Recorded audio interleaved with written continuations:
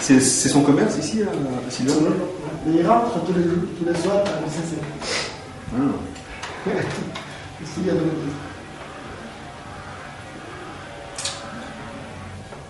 Sato. Nous sommes le 30 avril 2009, je suis à Mubuga, près de Bicécéro, et je suis en présence de Sylvain, que je remercie d'avoir voulu nous faire part de son témoignage. Sylvain est commerçant à Mubuga et il vit à Bicécéro, où il retourne tous les soirs. Donc, Sylvain, la première question que je voudrais vous poser, c'est vous rappelez-vous de la première fois où vous rencontrez des soldats français dans la région, après l'attentat du 6 avril 1994? Ça, c'est Christian. Il n'y a pas de problème. Anto. Nous sommes le 30 avril 2009. Je suis en présence de Sylvain dans le village de Mubuga, près de Bicécéro. Sylvain est commerçant et il rentre tous les soirs chez lui à Bicécéro. Et pendant le génocide des Tutsis, en 1994, il était réfugié dans la région de Bicécéro. La première question que je voudrais d'abord vous poser, avant tout merci d'avoir accepté de nous faire part de votre histoire, de votre témoignage. La première question que je voudrais vous poser, Sylvain, est la suivante. À partir de quelle date, vous souvenez-vous de la date à partir de laquelle vous voyez pour la première fois des soldats français, ceux, bien sûr, après l'attentat contre Habyarimana? niba arabishimiye ko kuri ubuhamya hanyuma ikibazo cya mbere ashaka kubaza ngo waba wibuka itariki wabonyeho bwa mbere abafaransa muri aka gace nyuma y'uko indege ya Habyarimana ihanuka? Nyuma y'uko indege ya Habyarimana ihanuka twababonye mu matariki hagati ya 24 na 24 z'ukwezi kwa kane. Après l'attentat contre l'avion de Habyarimana, on a vu les Français entre le 24 et le 27 avril 1994. Vous dites le mois d'avril. Êtes-vous certain de ne pas faire une confusion au niveau du mois? Uravuga ngo mu kwezi kwa kane urumva wizeye neza yuko nta utitiranya amezi? No.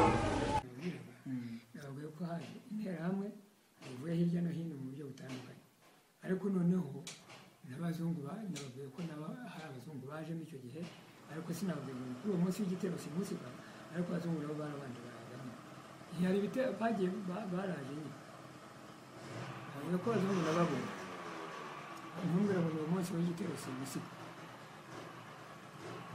J'ai vu des blancs, ne me doute pas nécessairement le jour de la grande attaque, mais il a vu des blancs. Est-ce qu'il a veillé? On a juste passé, juste passé sur la route, quoi. Avec leurs véhicules.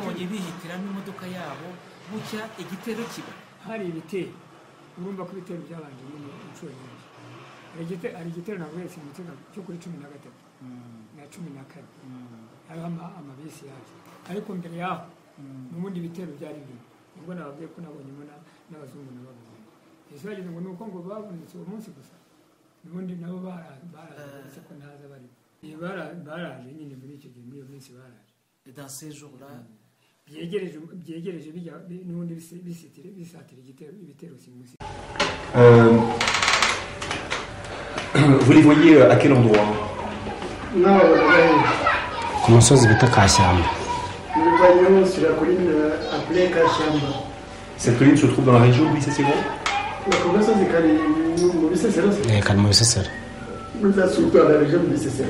Et à ce moment-là, vous êtes en fuite, vous réfugiez? Je sais.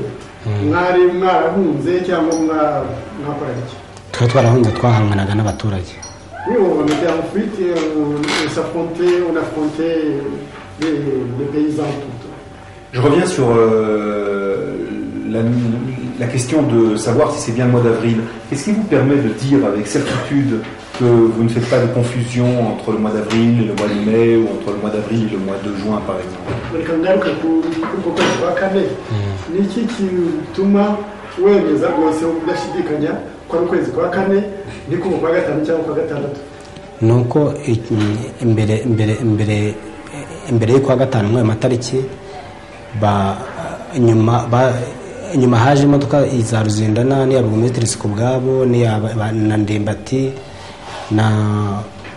n'abandi bari abayobozi icyo gihe baraza bahagarika umusaza witwa Rusanganwa baramubwira ngo yegeranye abana n'inkomere n'abagore n'abasaza b'ibimuga ngo bazabahe imfashanyo bari ku mashuri ya Bisesero. Ce qui me fait dire ça de certitude, c'est que avant que l'on atteigne le mois de mai, il est venu deux véhicules, trois véhicules, un véhicule de Ruzindana au Bête, celui de Sikubwabo, celui de l'autre Ndimbati, et d'autres véhicules aussi, d'autres citoyens. Ils sont venus, ils se sont arrêtés à Bisesero et ils ont arrêté un certain monsieur Nitwani. On va arrêter lui. Rusanganwa. Où est Nitwani? Donc ils ont arrêté un certain Rusanganwa, c'est un Tutsi de Bisesero, et ils lui ont dit de rassembler ses enfants qui étaient blessés, toute sa famille, et qu'ils allaient lui fournir de l'aide. Parce que moi je l'ai arrêté parce que c'était trop bien. Non, continue. we yabonye imodoka arahagarara yemeza kuba igitambo kugira ngo arebe icyo bagendereye hanyuma baramubwira batese muziye kuri hano aravuga ati turi guhunga intambara ati nibande bari kwica abagizi ba nabi undi nyine yaravuga ati il a décidé de se sacrifier pour tout le monde, pour savoir en fait ce qui se passait. Donc il s'est mis qui c'est lui ce monsieur de BCC. Et donc il s'est mis devant les véhicules pour savoir pourquoi il venait là. Et évidemment il a parlé avec ses autorités qui lui ont demandé qu'est-ce qui se passe. Et ils ont dit, c'est en ce moment-là qu'ils lui ont demandé de rassembler sa famille pour qu'ils lui fournissent de l'aide. Donc ça c'était quelle date? hari mu matariki muri ayo matariki nyine navuzemo 24 na 27. C'était justement entre le 24 et le 27. D'accord. Mais je crains de ne pas avoir compris quelque chose. Vous dites il y avait le bourgmestre de Gisovu, il y avait Bad Ruzindana, mais est-ce qu'il y avait des Français? Je dis ça en France. Muri modoka oya nta bari barimo uwo munsi nta bari barimo ahubwo twababonyemo nanone nyuma yayo mbere y'uko Ruzindana aza n'imodoka. Il dit que ce jour-là ils ont arrêté le vieux monsieur, il n'y avait pas de Français. D'accord. Ils les ont vus après. Combien de temps? Ruzindana aza hagati y'amatariki 28 na 22 abafaransa bari baraye baje hacemo nk'iminsi nk'ibiri twabonye ku misozi twagize ubwoba twebwe ntabwo twabona n'abafaransa twatuzwa n'abazungu twebwe bari baraye baje hacemo nk'iminsi nk'ibiri none ngo kugira ngo umusaza ajye mu muhanda yajyaho n'abaje gutabara nk'uko none le jour où ils ont vu Ruzindana et les autres c'était 2 jours après qu'ils aient aperçu les Français, qu'ils aient vu les Français. D'accord. Mais je reviens toujours à la même question à laquelle je n'ai pas encore eu de réponse. Qu'est-ce qui vous permet de dire qu'il s'agissait de ces dates-là? Allez, voilà, tu as compris qu'il y a qui va se tuer. À travers le discours. Ni tout le monde a vu la matariki. Matariki. Uwo musaza we mbere Ruzindana n'Uburugumesitiri batari baza twabonye abazungu tugira ngo baje kudutabara. Il dit que peu avant que Ruzindana se pointe et rencontre ce vieux monsieur, peu de temps avant, ils avaient vu des blancs qui étaient arrivés et ils avaient cru qu'ils étaient venus pour les sauver. Oui, mais ça, si je peux dire, ça ne répond pas à la question. Là, ce sont des choses intéressantes que vous dites, mais vous ne dites pas mais pourquoi, qu'est-ce qui vous permet de dire qu'il s'agissait du 27, 26, 28 avril, enfin, qu'est-ce qui vous permet de dire ça? ikintu kigufasha kwibuka ko ariko amatariki meza ko harimo ayo matariki twibukira kuri 13 niko navuze twibukira kuri 13 kuko baragiye bamara icyumweru bataza dutangira kujya kwiha imirimo twumva ko byarangiye. Il dit que le point de repère pour eux, c'est la date du 13 mai. Parce qu'il dit qu'avant le 13 mai, la semaine d'avant le 13 mai, que c'était tranquille, que tout était calme, qu'ils avaient recommencé à chercher de quoi manger dans les champs. Et donc, pour eux, pour lui, c'est ça le repère. Donc vous êtes... ok. Donc, combien de temps avant le 13 mai combien de temps avant le 13 mai pendant combien de temps vous avez été tranquille?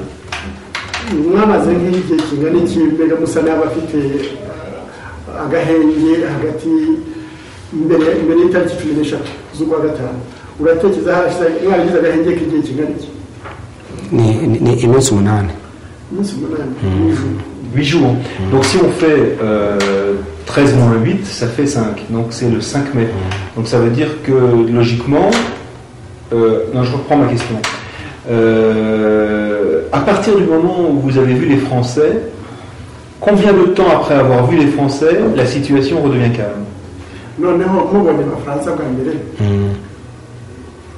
niryari umukimara kuba ugiye mwaboneye mwaje kugira agahenge kangana iki uhereye ryari ese uwo munsi mwabonye buracya kugira agahenge cyangwa se ntabwo turi kuboneka nonga ibyo byagiye mu kwa gatanu mwebwe niho muri gusatira mu kwa kane hagati mikobwira yuko hagati ya 24 na 27 niho twabonye mw'abafaransa noneho tubabonye baragenda mbese bari mu kuturwa bari kurasa ariko bari ku gasozi kabo twebwe turi kurwana none ducitse mu bagerageza guhunga turababona. Il dit que nous, on ne comprend pas ce qu'il dit, que nous, on commence à parler du mois de mai, alors qu'on lui parle du mois d'avril. Non, mais je suis d'accord. Il faut que tu répondes, que tu traduises juste ce que je dis, que comme ça je suis bien. Vraiment. La question que je vous pose, d'abord tu peux dire, je comprends de quoi vous parlez. J'ai très bien compris qu'il s'agissait de mois d'avril. Tu peux lui dire?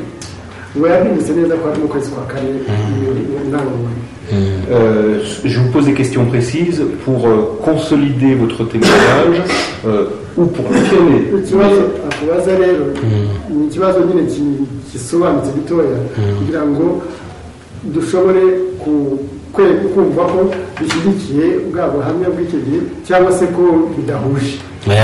Non mais c'est juste mon travail.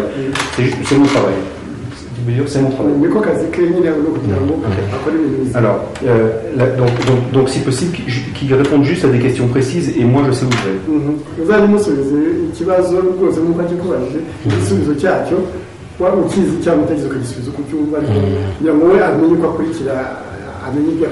Ok. Ma question c'est, quand il voit les soldats français, combien de temps après avoir vu les soldats français, il voit le vieux monsieur descendre de la colline pour aller rejoindre la cause.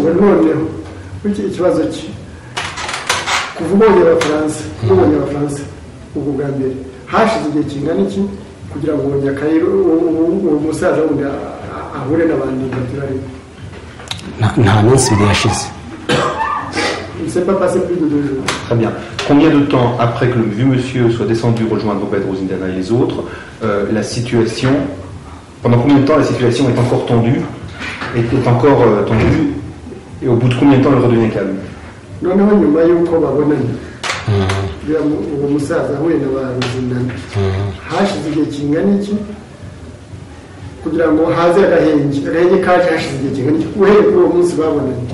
baduhaye bavuze ko twegeranya abana n'abakecuru uwo munsi nyine Ruzindana yuko begeranya abasaza n'abana b'inkomere bakabazanira ibishyimbo n'imiti uwo munsi niko basize bababwiye. Il n'a pas encore répondu à la question. Il dit que le jour même où Zindana et les autres sont arrivés, en fait, ils ont demandé au vieux monsieur et aux autres, de transmettre aux autres, qu'ils devaient rassembler tous les vieux, les femmes et les enfants, et pour qu'ils leur apportent des vivres et des médicaments.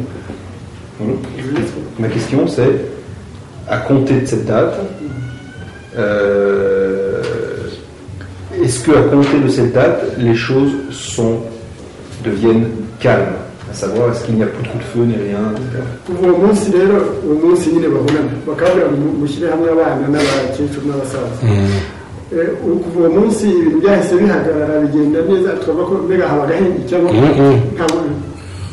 bwarakeye baragaruka n'imodoka z'abacuruzi noneho nanone barongera barica nta kabaye. Ce jour-là, il n'y a pas eu de trêve. Le lendemain, ils sont revenus avec des véhicules appartenant aux commerçants, donc avec des miliciens. Ils ont recommencé les tueries. Ok. Pendant combien de temps, pendant combien de jours ont lieu ces tueries depuis l'instant où le vieux est descendu? Combien de temps dure?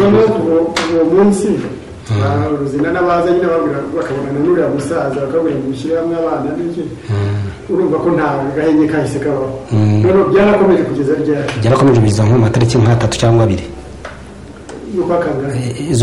z'ukwa gatanu. Les violences ont continué, donc les tueries ont continué jusqu'au 2 ou au 3 mai. D'accord. Alors laissez-moi réfléchir 2 secondes. 3 mai. Ok. Mais voilà, c'est bon, on est à peu près dans le truc. Non, mais ce que je dis au 3 mai, donc jusqu'au 3 mai, je ne vais pas dire des trucs. Ok. Comment sait-il qu'ils voient les Français? Les Français, ils le voient le combien du mois d'avril? C'est entre le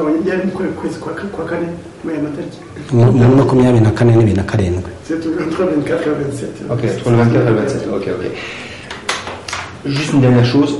Et pour savoir que c'est entre le 24 et le 27, il fait comment? Il se réfère à la venue du vieux. Il sait que c'est quelques jours avant, c'est ça?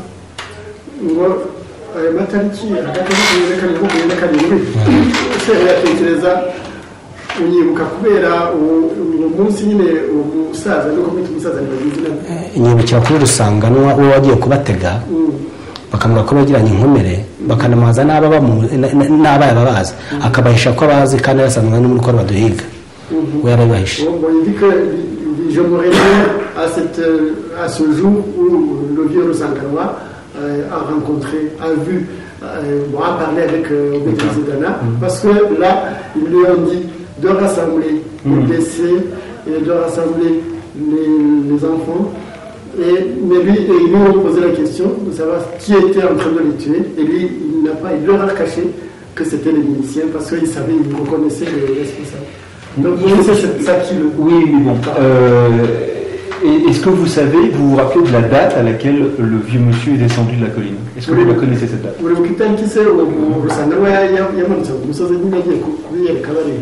kubiyereka ni muri ayo matariki kuko nta minsi 3 yashize ukwa gatanu kutageze bwarakeye baraza noneho yadusanze n'ubwo ahantu tuba tubwira ati ibyacu byarangiye tugomba gupfa tugashira burya Zidane no kuza kutugeta. Je ne me rappelle pas exactement la date, mais je sais qu'il ne s'est pas passé plus de 3 jours pour qu'on atteigne le mois de mai. C'est ça au maximum 3 jours. La date où le vieux monsieur est descendu, ça? Oui. D'accord. Parce que la date où on atteint le mois de mai, vous vous rappelez quand on change de mois, c'est quelque chose d'important pour vous? Vous vous rappelez le moment où... qu'est-ce qui s'est passé le 1er mai?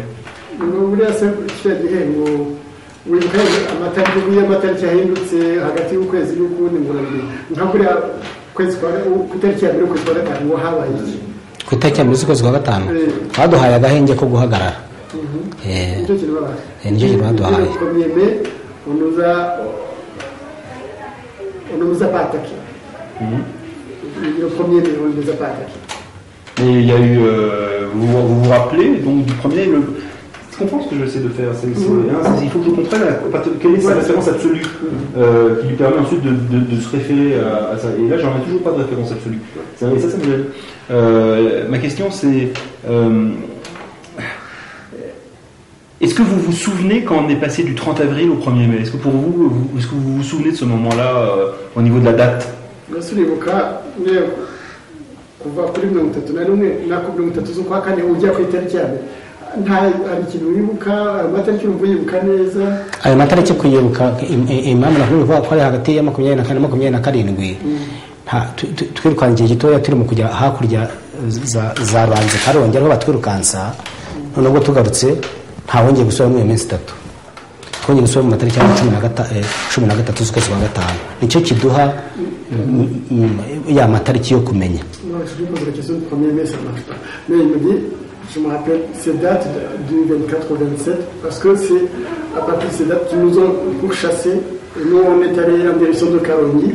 Et puis, quand on est revenu, il y avait plus d'attaques pendant un certain temps. C'est à partir du 24 au 27 avril. C'est du 24 au 27 avril qu'ils vous ont chassé, donc ils ont commencé à vous chasser le 24 avril. Batangiye kubatera se babirukangana kuri 24 batangiye kudutera muri 19 niho batangiye kuza bisesero z'ukwezi kwa kane. Ayo matariki twatangiye kwahera ko twatumaze kumenyera uruzinira nk'umuntu wari uzwi umucuruzi n'imodoka zazaga.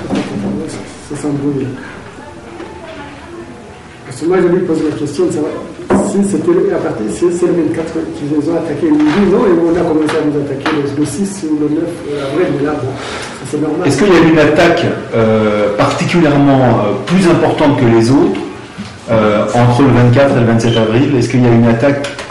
Est-ce que vers la fin avril il y a une attaque plus importante que ce que vous aviez subi jusqu'à présent? Hagati nose kuva kuri 24 kuri 30 cyangwa mu mpera z'ukwezi kwa kane hari igitero cyabaye gikomeye kurenza ibyo mwari mumaze iminsi mumenyereye. Cyane nk'ibitero twebwe dukunda kubara bisesero tubara igitero cyaje ku itariki bimeze nabi bagenda bafata abantu ngo ntibagendane bagafatana n'abantu mu ndakika duhangabanyisha ku itariki 7 z'ukwezi kwa gatatu nako kwa kane Habyarimana yarayatsinze. Hagati y'atariki 24 na 24 cyakugeza kuri 30 niba ukwezi kwa kane hagati aho hari igitero cyarabaye mu matariki 29 na 28 nyine Ruzindana arahavuye kuri 28 n'ibiri n'icyenda. Il y a eu une attaque plus importante que celle précédente. Voilà, ce soit le 28 ou le 29, en tout cas c'était au lendemain du départ, au lendemain du passage de Ruzindana. D'accord. Ok. Et vous dites avoir vu les Français quand? En France, quand on a mbere ya na kane hacemo nk'iminsi 2 baruzindana nibwo baraza bamutwejyanye n'inkomere baruzindana baje muri 25 na 5 na 6 buryo mu hagati ariko abafaransa twarababonye mbere nko mu minsi 2 none tubonye baruzindana baje tuvuga yuko bari mubona nko batugambana uko habaye. Ruzindana et les autres sont venus entre le 24, le 25, le 24, le 25, le 26, mais c'était 2 jours après le passage des Français. Ok, ça va. Vous les avez vus dans quelles conditions? Qu'est-ce qu'ils faisaient? Vous étiez où? Ils étaient où? Racontez-nous. On écoutait les moyens de Bon, imodoka zaraje nyine zituruka mu muhanda turukaga Gishyita n'aka kari kagikora kahangaha kazamuka akantu bita mu bikombe n'akaka muri byapa bigize umutazura muhanda mwakwishwa mukazamuka kandi muhanda warapfuye icyo gihe wari utarapfa rero. Yari imihanda 2 umwe aturukaga Gishyita undi ugaturuka hano. Non, elle dit qu'ils sont arrivés dans des véhicules par 2 routes. Par 2 routes différentes, celle-là et celle de Gishyita. Celle-là, ça dit. uyu ni uwa gishyita uyu ni bisesero. C'est là que l'on va prendre. Et puis, ils ont d'autres. Donc, celle qu'on va prendre, c'est celle qui va vers Bicécéro. Oui. Et l'autre qui vient de Bichita.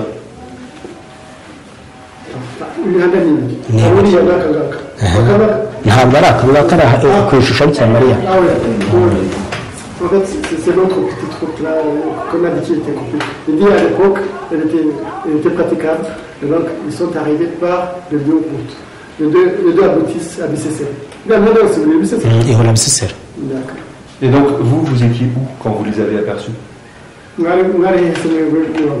twari turi aho ngaho nyine ni udusozi mo hagati hagiye harimo udukombe twabonaga turi hakurya tugahangana n'abaturage bo bari hakurya.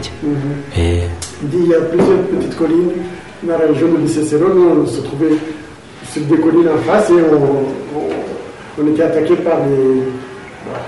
je ne sais pas si je peux les appeler les citoyens, les internautes qui étaient de l'autre côté.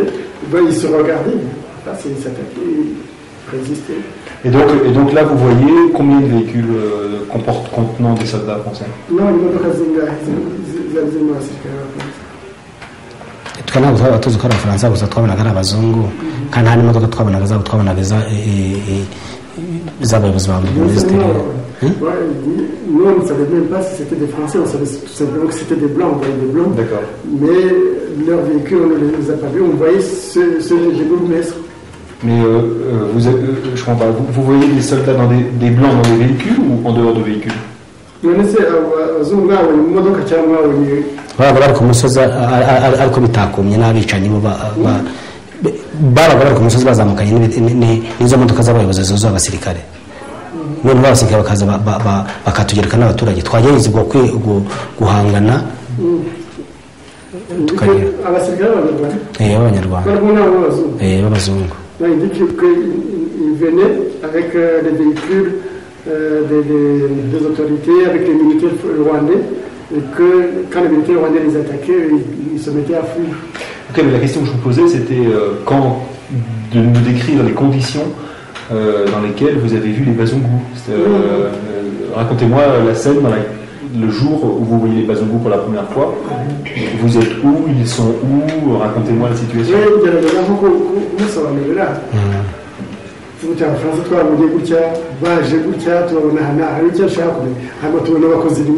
bazanaga n'ibitero nyine niho bazanaga n'ibitero bituruka n'ahanga by'impande zose ariko bakagira udusozi mbese bagenda baraho amakipe yacu y'abicwaga natwe ntabwo twagaraga hamwe.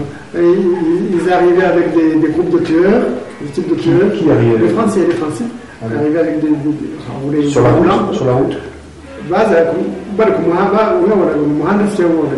babaga bo bakambitse ku gasozi runaka. Il dit qu'ils se trouvaient sur telle ou telle colline. Qui s'est rescapé? Non, les Blancs, les Français. Les soldats français étaient à pied ou en véhicule? bazaga n'imodoka ariko bakazisha ko natwe bazi ko turi bwirwaneho. Ils venaient en véhicule mais ils les cachaient loin parce qu'ils savaient que nous on allait nous défendre, que nous allions nous défendre. Donc ils cachaient les liens et ils sortaient du véhicule, c'est ça? bavaga mu modoka kujya ku dusozi. Oui, ils sortaient des véhicules et ils allaient sur les collines. D'accord, ok. Et vous les avez vus arriver avec les véhicules? zarabazanaga n'abo bayobozi barimo ba burugumesitiri nyine na polisi babo. Oui, nous les avons vus, ils arrivaient avec accompagnés des policiers, des militaires et des autorités. Il y avait combien de soldats? C'était des soldats? Les Bazungu étaient en tenue militaire? Il y avait des soldats. Les soldats. Et il y avait combien de Bazungu? Il y avait nka bane. Il croit en avoir vu 4. Et il y avait combien? Les miliciens étaient juste autour d'eux?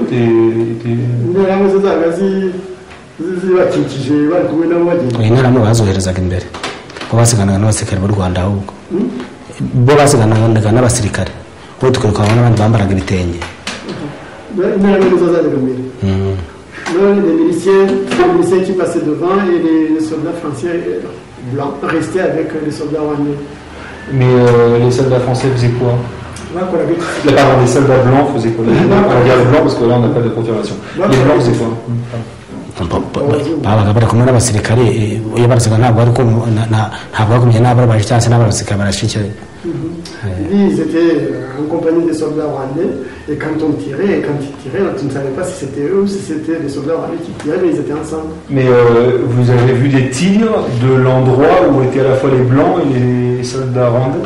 Non, mais nous avons à la sens où les barassa, les turutse muri ako gace nyine aho abafaransa n'abazungu n'abasirikare bari kumwe.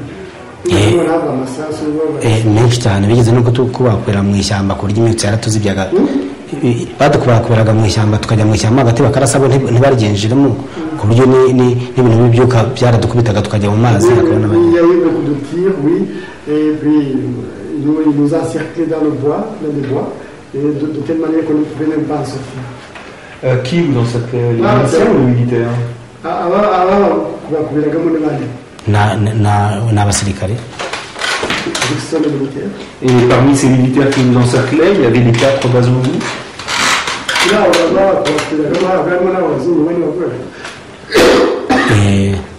Ariko nyine muri ako gace ka mbere.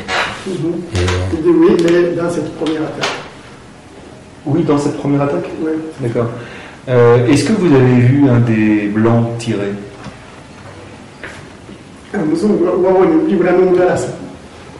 Ibyo ngibyo ntabwo nawe bari kujya ahantu barasa n'ababyumva ntabwo bari kujya ahantu barasa. Il dit qu'il n'a pas pu voir vraiment parce qu'il ne pouvait pas s'approcher des gens qui tiraient.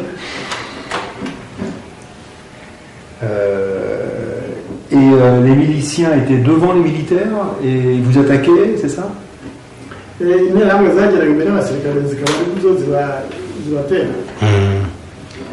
Twazitsinze bakaba ariho baturasa. Oui, mais quand nous on les repoussait, c'est là qu'ils nous tiraient dessus. Ah, d'accord, parce que vous comprenez que la question se pose, un militaire, si les militaires tirent et que les miliciens sont devant, ils vont tuer des miliciens. Non, mais il dit que... Non, mais dis-lui comme ça. Dis-lui comme ça. Ngo nyine ikibazo cyari nuko iyo intera ziri imbere abasirikare bari inyuma bashobora kuzirasa kugira ngo baraseme ko nibarasa abantu bari imbere yabo. Iyo twabatsinsoraga niho barasaga kugira ngo dusubireyo twe kuza tugereka ababo. C'est quand on les repoussait qui nous tirait dessus parce que nous on les poursuivait, on les repoussait, c'était pour nous repousser. Et est-ce qu'il arrivait que les soldats tirent d'abord sur vous et ensuite les miliciens vous chargent?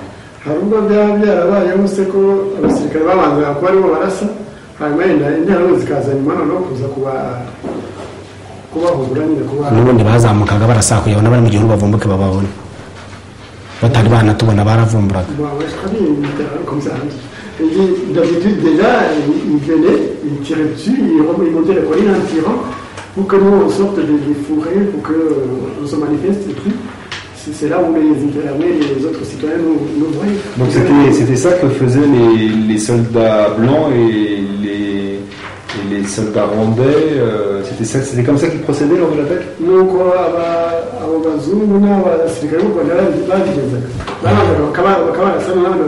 Bazamuka bo bagenda barasibirira kugira ngo tuvumbuke banahana sinye ko bazamutse nabi gihita nabi Karonge n'abagisovu.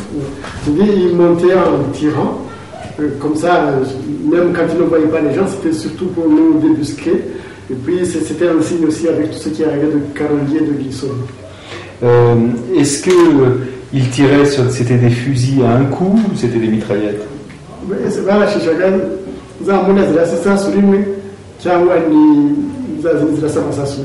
Twebwe iby'amasasu ntabwo twabimenyaga twumva n'ubwo imbunda ivuze ntabwo twari tuzi ntabwo ari kumenya ngo ni iyi ngiyi cyangwa se ngo ni amasasu angahe.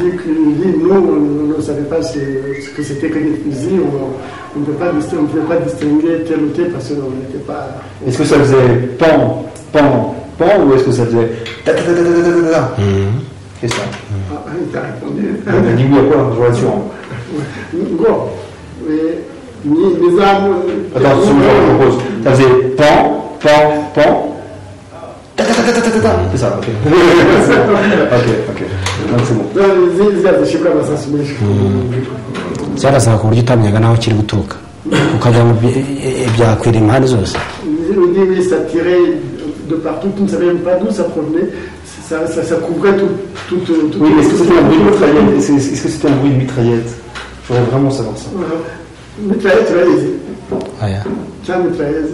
Abanyesi. Tunyine nkabira kugwe bwa kabiri vuga. Ni cyane byarasaga. N'ibindi bacomekagaho nyine kikaza cyaka nko mu rukera rwa mu gitondo kare. Ouais, il dit oui, ça faisait un bruit continu avec une mitraillette, mais et puis il dit aussi que des fois c'était des roquettes,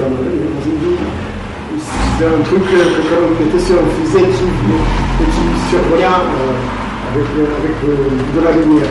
Est-ce que c'était la première fois que vous aperceviez? Est-ce que vous avez aperçu les Bazungu plusieurs jours de suite à cette période-là ou un seul jour?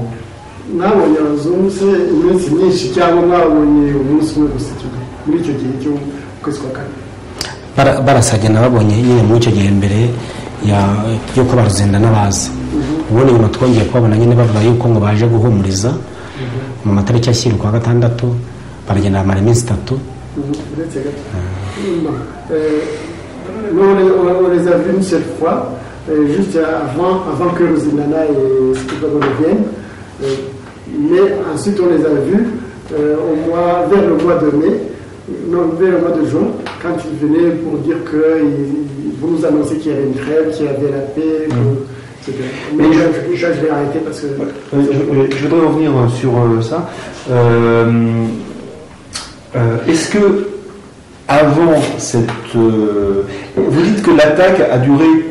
La grande attaque d'avril a duré combien de jours? Igihe ibitero n'ukwezi kwa kane bikomeye byamaze iminsi ingahe no muri amatariki twavuze hejuru ya 24 byajemo nka kabiri. C'est que ça a eu lieu pendant 2 fois. C'est passé 2 fois de suite d'aujourd'hui. C'est c'est 2 jours de suite. Est-ce que c'était la première fois que vous étiez attaqué par des mitrailleuses?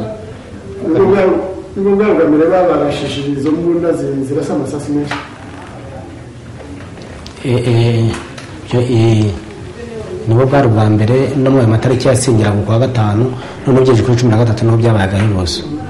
Oui, c'était la première fois et ça continuait un peu et c'est en date du 13 que ça a été évidemment le sommet. Est-ce que vous avez vu les Bazungu autour du 13 mai? Alors Bazungu c'est vraiment hariya mu matariki agana kuri 13 Sukwa gatanu. 13 nta muntu n'umwe utaruhari ubaho. Twarabonye vraiment n'imodoka nyinshi cyane n'amabisi. Oui, ça tout le monde les a vus. En date du 13, ils étaient là. Il y avait beaucoup d'attaquants de partout, il y avait des blancs. Mais attendez, vous avez pourtant dit tout à l'heure que la prochaine fois que vous les voyez, vous avez dit vous les avez vus en avril et après je les ai vus en juin.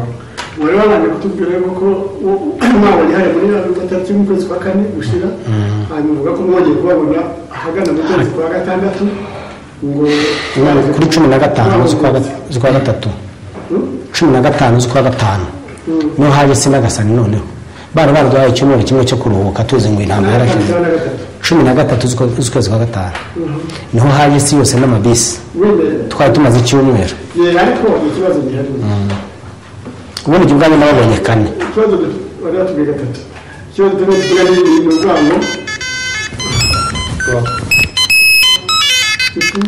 Oui.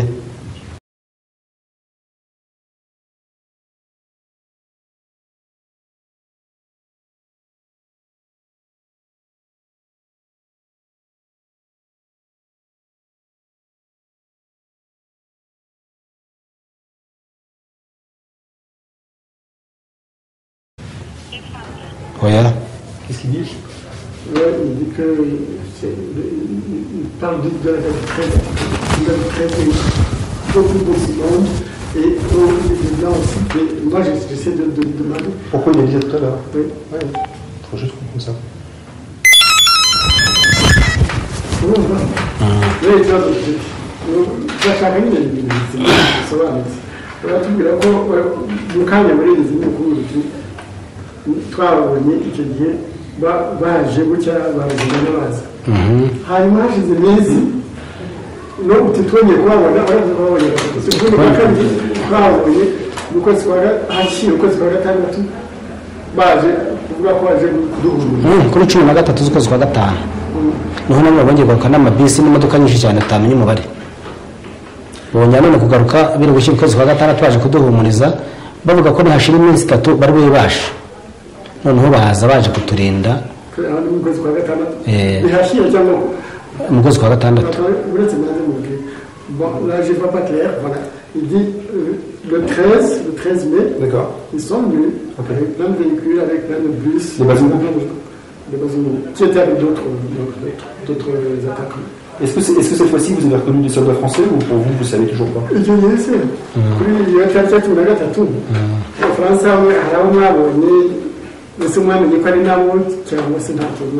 twabonye abantu bose bavangavanga umuntu yakubita agakubitana n'umuzungu akubitana n'umusega akubitana n'abantu bambaye ibitenge abandi bateze ingofero n'amafilimi n'ingoma ibyo ikintu cyose. Ce jour-là, on a eu affaire à trop de monde. De ce côté-ci, on rencontrait un blanc, on rencontrait un soldat rwandais, on rencontrait un milicien. Vous voulez dire par là que sur les collines, vous rencontriez des soldats sur les collines ou sur les routes? Non, kuri 13 z'ukwa gatanu nta musozi umuntu wese washobora kwiruka bitewe no kugenda banyuranamo no kuba ari n'umwe ukibonye ko ari cyangwa ari n'abatanu mu mashyamba. Donc, nous on courait sur les collines ce jour-là, et il y avait partout des attaquants. Tu pouvais voir un blanc peut-être penser qu'ils sont 2 ou 3 ou 5. Sur les collines. On était en train de courir. Sur les collines. Et qu'est-ce qu'ils faisaient les blancs là? Pour la victime, barasa. Ils tiraient. N'ibisongo by'imigano babaga basongwe n'abazungu. Oya. Izo ntamye zabaga ziri imbere zambaye ibitenge. Abazungu bakora victime barasa. Bo bararasaga bari ku misozi. Les blancs ils tiraient, après sur les collines, ils étaient sur les collines, ils tiraient. Mais ils tiraient sur qui? Barasa. Barasaga nyine abantu bari kwiruka. Barasaga twebwe turi kwiruka nyine. Wasohoka mu ishyamba wese. Ils disaient, quand on sortait de la forêt en fuyant, ils tiraient dessus. Sur les Tutsis? Quoi, Tutsis? Mais les Tutsis, sur des Tutsis armés? Non, mais c'est là, Tutsis, voilà, c'était inouï. Oya, twebwe za ntwari za Kinyarwanda. Non, nous avions juste des armes traditionnelles. Vous les avez vus tirer sur des enfants? Oui, mais là, ça va, là, ça. Abana? Ah, umuntu yarasuka abantu barashe abana. Yasanga badaho. Si quelqu'un tire sur des gens qui courent comme ça, tu peux oser poser cette question-là. Est-ce que les enfants, il y en a qui ont survécu? Explique-lui simplement que je voulais l'entendre dire. Dis-lui ça. Ouais, on s'est dit, je suis à la vie C'est pas à moi de dire ce que vous avez vu, je sais, mais il faut que vous disiez ce que vous avez vu, c'est tout. D'accord, continue. Est-ce que les Français tiraient à ce moment-là à la mitrailleuse ou à des tirs à un coup?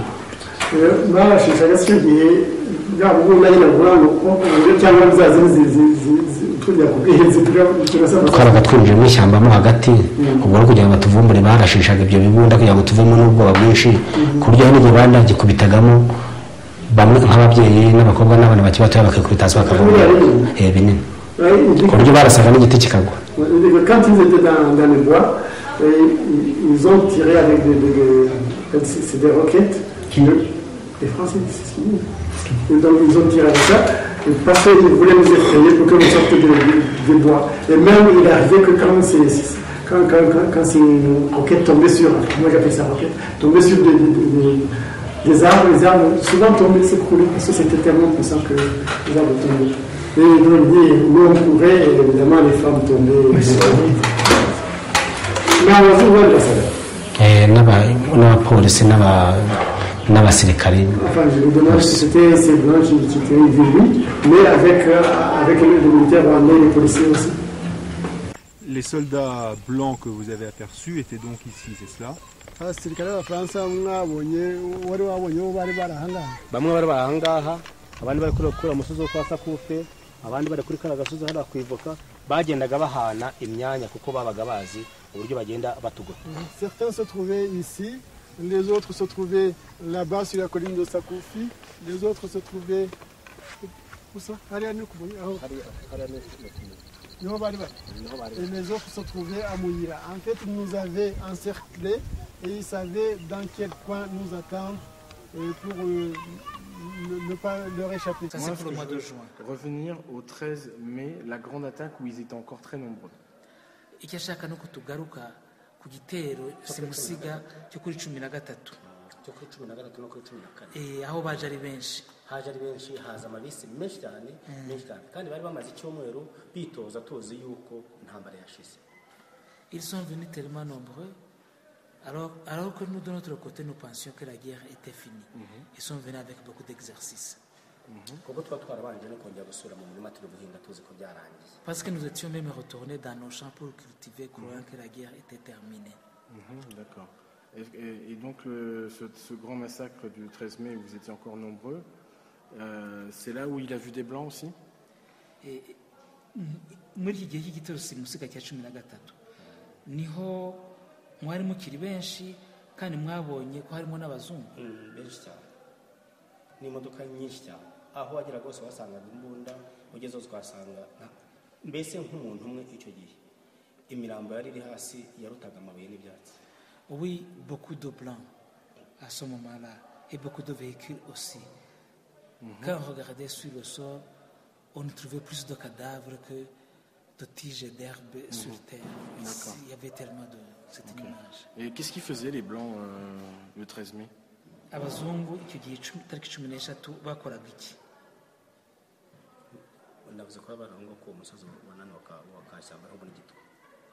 Ils étaient sur la colline Kashamba et Gitwa.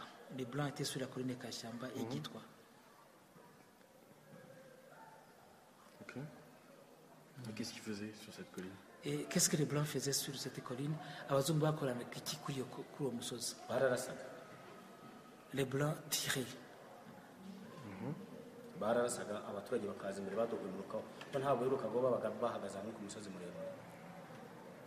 Les blancs tiraient sur des populations et les populations bougeaient d'une colline à une autre. D'accord. Ariko bakaba bafite n'abandi baturage babasigaho babazengurutse nyine kugira ngo batagira intuzo, kugira ngo batagira nabo ntabwo biruka ngo barahagararaga ku musozi muremure none bakatwirukaho twaba tugeze nko kujya bakabona bakaturasa. Les blancs tiraient sur des populations, mais autour d'eux il y avait une population rwandaise qui était avec eux et qui poursuivait les victimes. Quelle sorte d'armes utilisaient les blancs qui tiraient? Abazungu bakoreshaga ibihe birwanisho. Nimbunda ariko sinavuga ngo n'ubwoko twumvaga gusa bivuga cyane ku buryo byaravugaga imisozi komongana. Les blancs avaient des fusils qui faisaient trop de bruit, qu'il y avait tellement d'écho au niveau des montagnes. Boherezaga ibintu nta muntu hari uzi n'amoko y'ibisasu kuri twebwe. Il lançait des roquettes dont on ne savait pas les noms. On avait tout à fait peur lorsqu'ils tombaient. Donc cette date, on imaginait que c'est la fête du monde. On voulait même se jeter dans le lac Kivu, mais on n'avait pas cette occasion. Iyo tariki twabanje kugira ngo n'imperuka yaje twasabye no kujya mu Kivu turabiheba. Qui vous attaquait? Ninde wabateraga? Twaterwaga nyine n'intera hamwe n'abasirikare ba France twayendaga tubona. Ce sont les miliciens et les soldats français que nous voyions qui nous attaquaient. Alors, tu viens de dire soldats blancs ou français? Vous êtes abasirikare b'abazungu cyangwa b'abafaransa? B'abazungu, ntabwo twatoze ngo n'abatwanaga abazungu. Ndashaka kuvuga abasirikare b'abazungu kuko ntabwo twari twamenye icyo gihe. Nous voulons, je veux dire que c'était des soldats blancs parce que à ce moment nous n'avions pas encore identifié que c'était des Français. Sur la tête aussi. C'est l'éclat. Il y a l'éclat, il y a grenade. Un éclat. Il y a l'éclat de grenade. Tu disais donc c'est des Interamouais qui t'ont envoyé donc cette grenade. Est-ce qu'il y avait des blancs aussi qui te lançaient quelque chose? Uravuga ko ari interahamwe zaguteye amagrenade ariko se harimo n'abasirikare bateraga amagrenade abazungu. Des soldats blancs.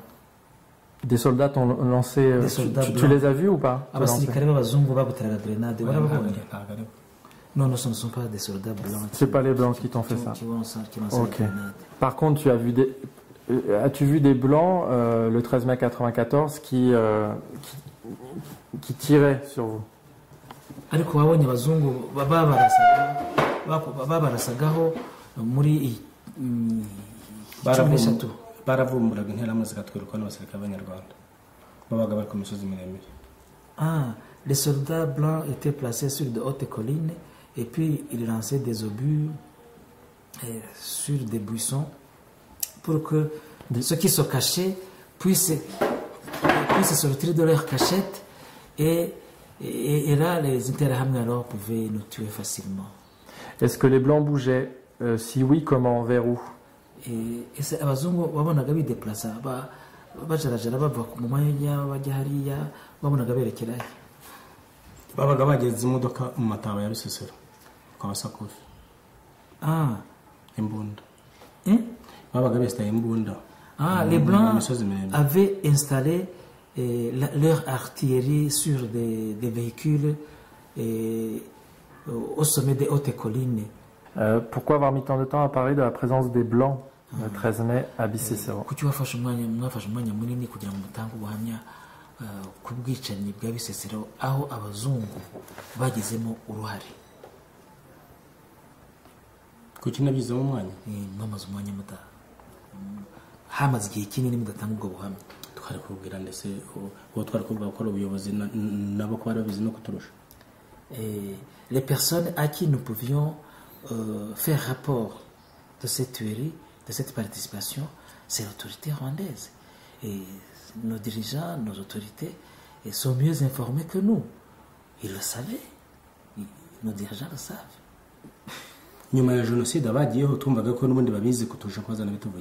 C'est que après le génocide, les autorités qui ont été investies pour diriger Bisesero, certains, ce sont des rescapés qui connaissaient toute la vérité de Bisesero, même sur les tueries, la participation de Blancs. Il y avait des hélicoptères dans le ciel?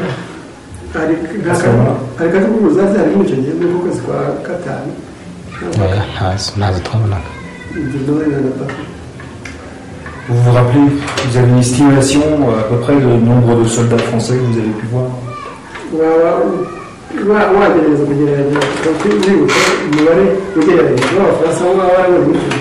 Muri icyo gihe twabonye ukwezi kwa kane mbere yuko baruzana n'abaza twongera kubabona kuri 13 n'uwo twongera kubabona batugaye ko baje kuduhumuriza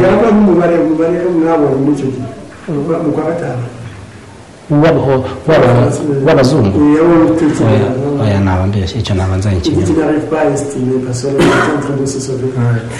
Ils étaient en uniforme de quelle couleur? Ni imyenda isa n'iya gisirikare ariko ubona isa nk'iyerurutse cyane.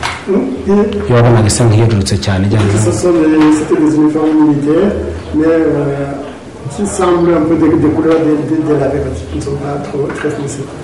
Tachage? C'est ce que c'est? Tacherie? Ouais, nous avons tâche, c'est bien.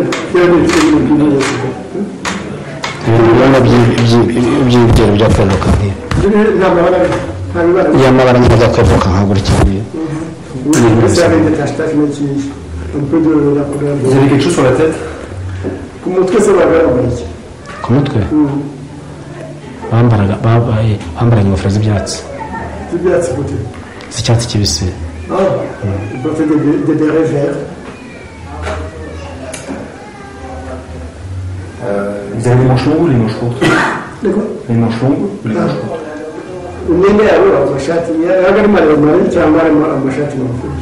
Hari ibyo biruka ntabwo bajya kureba icyo umuntu yambaye.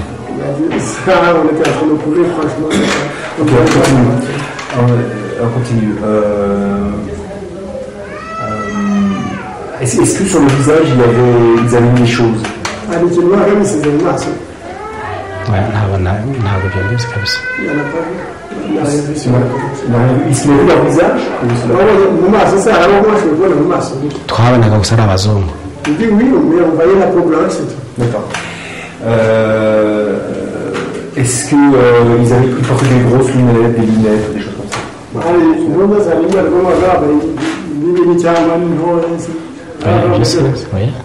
kiraga gusa iyo nk'ababaga bishe ntibabonaga bari nko kujomera bafite nk'utuntu tw'utuntu bajomera. Non, sauf ceux qui avaient des positions cachées, c'est parfois que l'on voyait avec des jumelles, des sortes de jumelles. Ah, ils regardaient, ils mettaient des jumelles sur leurs yeux, c'est ça? Il dit ce qui était caché, oui. Il n'y a pas de doute. Est-ce qu'il a vu des soldats français mettre des jumelles à leurs yeux? Bajomera. Tu les as vus? Kabisa. Encore une fois, je ne me rappelle plus de la réponse. Est-ce qu'il a dit qu'il savait à ce moment-là que c'était des soldats français ou juste des bazooks?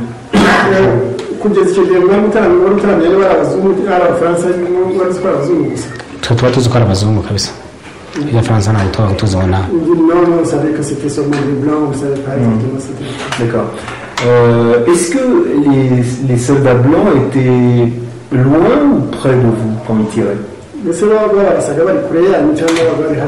Baraga bari kure. Dit qu'ils étaient loin. Est-ce que vous aviez à cette époque déjà vu des icothémies vous-même? Tuba tuzi Pardon. Non, on ne les connaissait pas, on les avait vus. Est-ce que on les aurait vus? Est-ce que il y avait des rumeurs comme quoi il y avait des icothémies dans le temps à ce moment-là?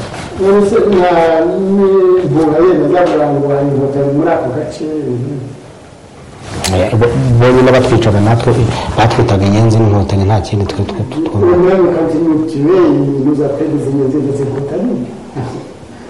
Est-ce que vous pensez, il va pas être content de la question que je vais lui poser, mais c'est pas grave, il faut comprendre. Est-ce que vous pensez qu'ils auraient pu confondre, croire que vous étiez des icothémies?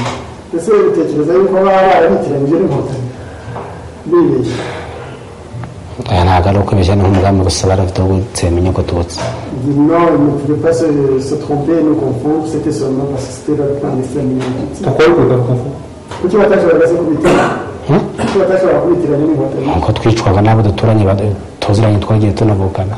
C'est que ce qui nous attaquait, c'était les gens de nos collines, de notre entourage, des gens qui avaient grandi avec nous, c'était nos voisins. Ah oui, vous dites que les blancs étaient avec eux, donc ça allait très bien.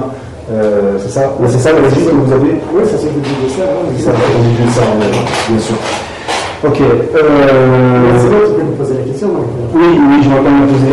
Ce que vous voulez dire, c'est que vu que les Bazungu étaient avec les miliciens qui vous connaissaient, les Bazungu ne pouvaient que savoir qu'ils s'agissait de Là, tu peux donner la réponse. Ouais, je sais même pas comment la poser.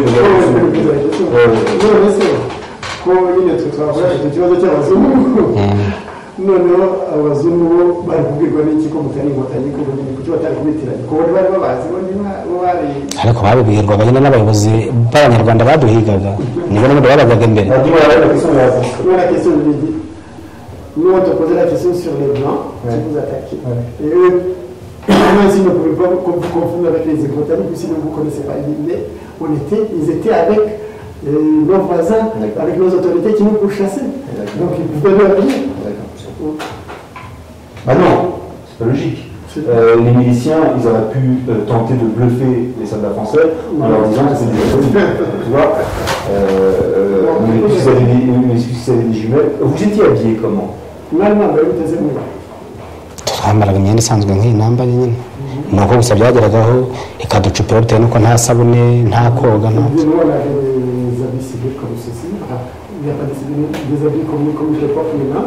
Le problème, c'est que, évidemment, comme on les portait depuis longtemps, ils étaient déchirés, ils étaient sales, on était subis. Donc, mais c'était des vêtements ordinaires.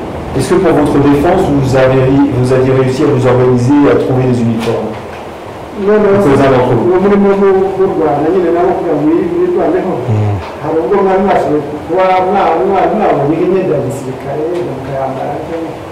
nta myenda yisigaye twambaraga.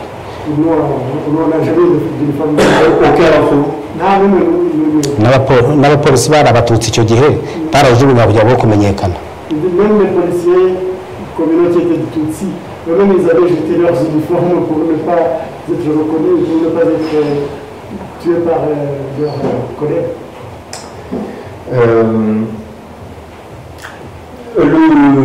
Vous voyez les Français quand le 13 mai ou le 14 mai? Les Blancs, pardon. Vous les voyez le 13 mai ou le 14 mai?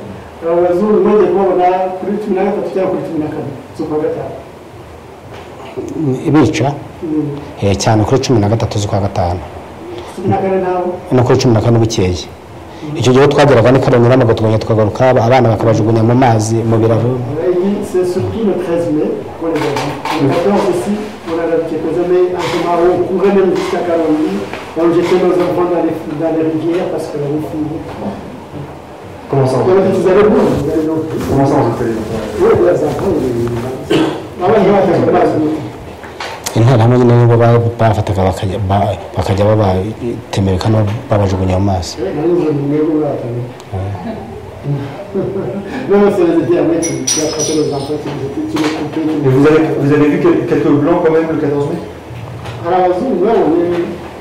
Kuri atatu ndakana zwa gatatu. 14 z'ukwa gatanu. Twabana kuri 13.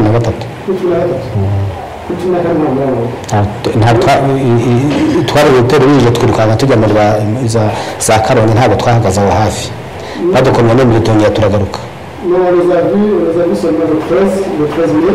Le 14 mai, on s'était éparpillés partout au fil. Quand vous avez dit tout à l'heure, on a vu un petit peu le 14 mai, vous revenez dessus, donc vous n'avez pas vu.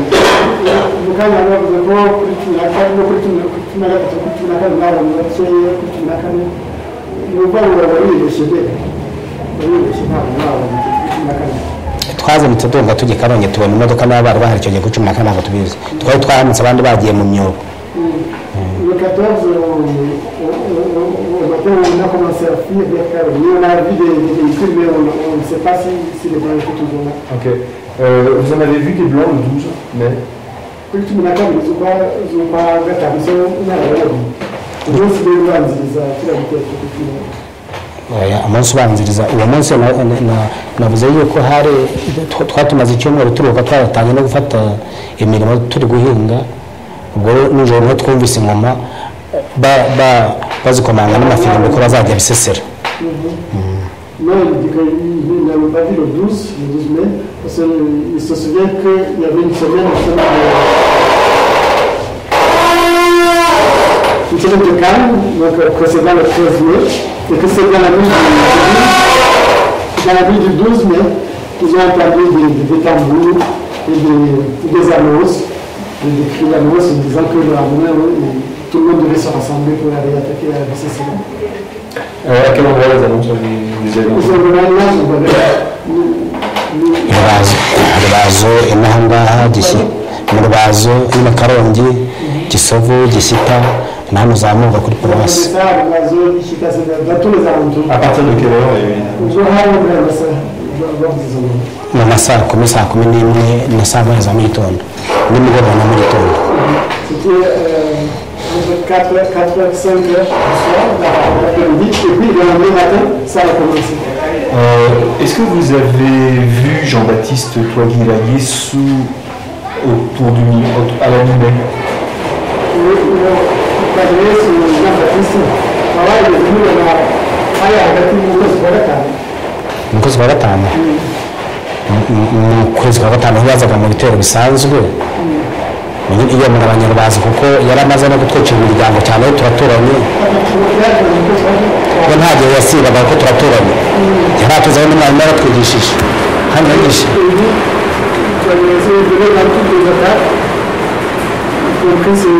C'est là où il m'a donné, et puis c'était notre voisin, il nous connaissait, il nous avait renseigné, donc c'est lui qui nous a. Est-ce que vous vous rappelez l'avoir vu le 12 mai? Yanda mbere yaho twaratangiranye intambara yose.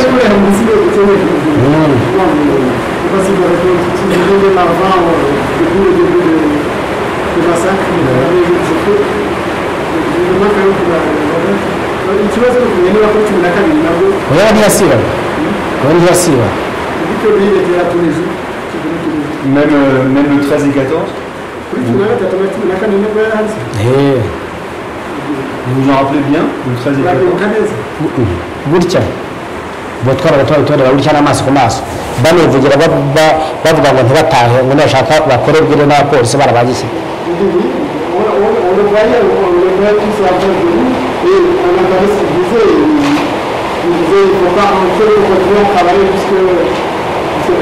Le 13 mai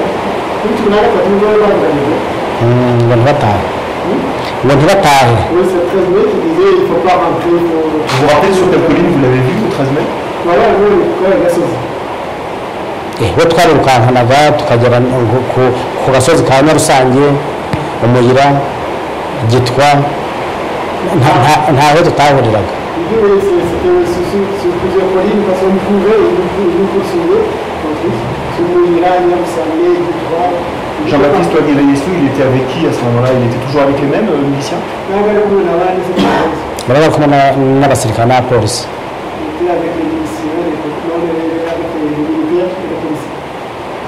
Il était toujours avec les militaires et les policiers?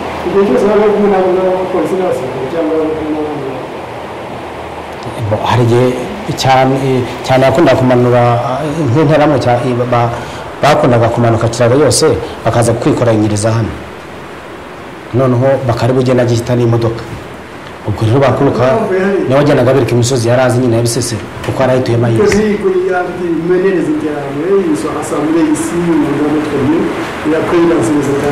Ah, Jean-Baptiste Ouaguirre-Yesu rassemblait les miliciens et lançait les autres?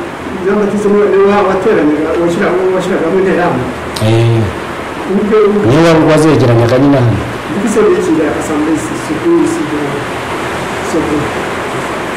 Et vous l'avez vu le 13 mai à côté des Blancs?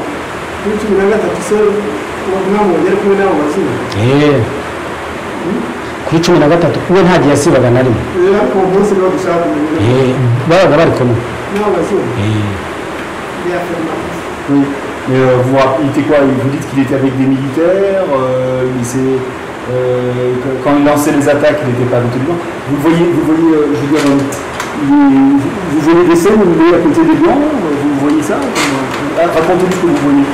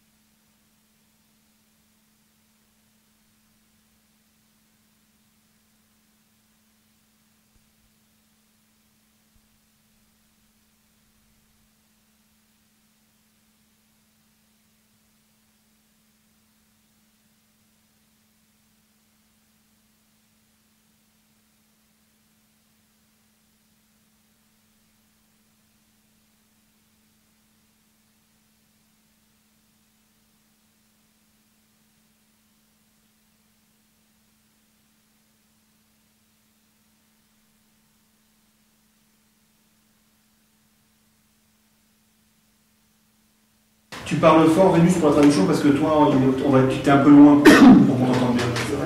Parce que le micro, il est là-bas, ok? Bon, tu dis, hein.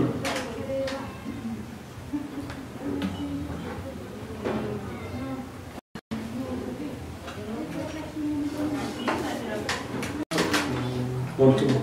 Ok. Fidèle. Oui. Midway. Alors Sylvain. Midway. François. Midway. Sylvain. Est-ce que tu connais... qu'est-ce qui se passe? Ça tourne. Ça tourne, ok. Fidèle. Midway. Sylvain. Midway. François. Midway. Amakolo. Misa Latoué. Sylvain, est-ce que tu connais les deux personnes entre qui tu es? Au milieu desquelles tu es, pardon. Sylvain, avant de oui, je les connais, ce sont des voisins ici. D'accord. Est-ce que tu connais Fidèle? Fidèle l'amour. Tu connais depuis longtemps? Vous êtes pas tiens, mumenye vuba il n'y a pas très longtemps. Il y a combien de temps que tu l'as rencontré? Là, on a une carrière, vous êtes pas tiens. cyenda muri bibiri.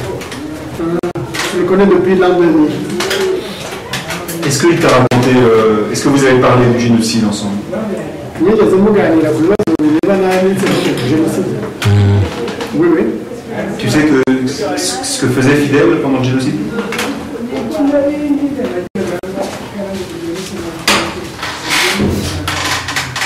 Est-ce que tu sais ce que faisait Fidèle pendant le génocide? Fidèle yakoraga muri génocide. ntabwo yakunze kubino cyane ariko aho kubimenya nuko nyine yuko abyirega. We ntiwakunze kubino cyane? Iwe ntabwo yakunze kubino cyane. Mon Fidèle n'a pas longtemps, n'a pas beaucoup vécu ici, par ici. Et moi j'ai appris ce qu'il avait fait quand il a avoué devant les juridictions. Il y a devant les juridictions. C'est là qu'il a appris. Est-ce qu'aujourd'hui, tu lui as pardonné? Bien sûr, moi c'est vraiment oui, je lui ai pardonné. Et tu connais François? Ça c'est vraiment. Si, je le connais. Et François, tu sais ce qu'il a fait pendant le génocide? Oui, c'est ce qu'il a fait pendant le génocide.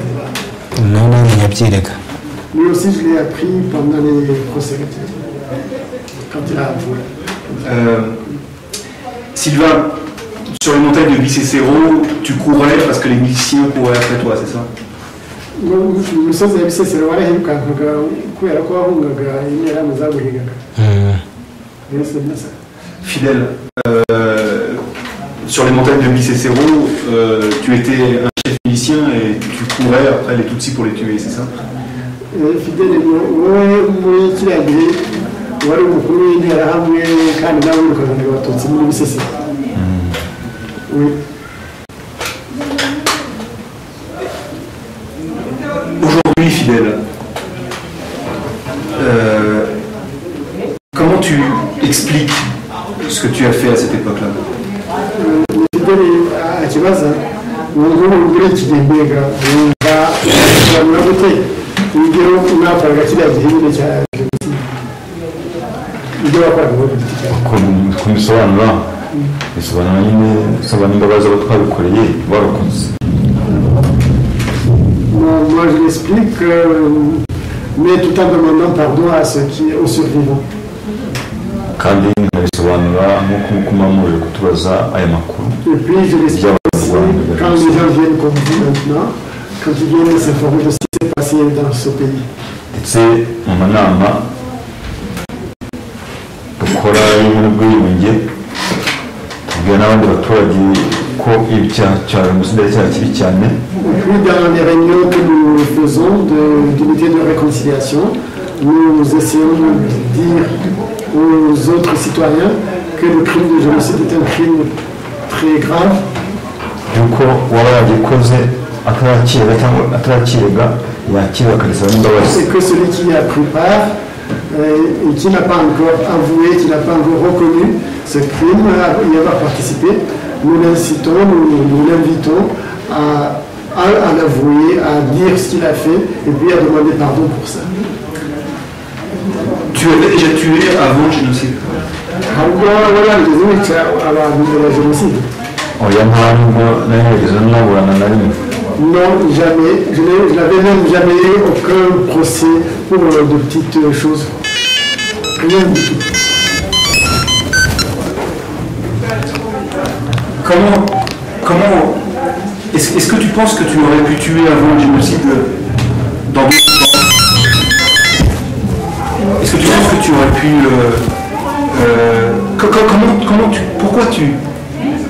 comment tu as pu passer le cap de tuer selon toi?